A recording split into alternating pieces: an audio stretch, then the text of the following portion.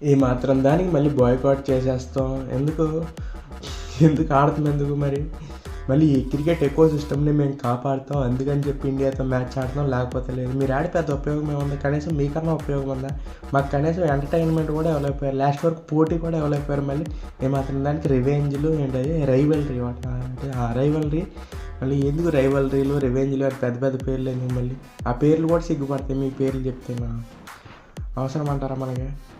మీరు మా దృష్టిలో ఐర్లాండ్ వాళ్ళు ఆ టీముల్లాగా మీరు మాకు లైక్ ఎలాగంటే ఐర్లాండ్, జింబాంబే, నమీబియా ఈ టీంలు ఎలాగో మాకు మీరు కూడా అంతే.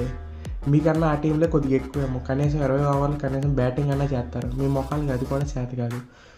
మళ్ళీ ఏదో పెద్ద వచ్చేసి మేమేదో చేసేస్తాం ఇండియా. ఏమ్మా సెకండ్ నెంబర్ని అడుక్కోవడం ఏంట్రా? ఇది ఎక్కడికి పోదావరా బాబు? ఏమ్మా వద్దురా బాబు దొబ్బేంట్రా అని చెప్తుంటే, లేదు మాకు ఇండియాతో హ్యాండ్ షేక్ ఇస్తేనే ఆడుతాం. ఈ అమ్మ ఇది ఎక్కడ గొడవ? ఎందుకు అడుక్కుని మరీ సెకండ్ ఇప్పించుకున్నాం? మీ బతుకేనా హెల్? ఎందుకు అవసరమా? నెక్స్ట్ ఇయర్ నుంచి నీట్గా వచ్చి చిన్నపిల్లల్లాగా ఆడుకుని దొబ్బేయండి.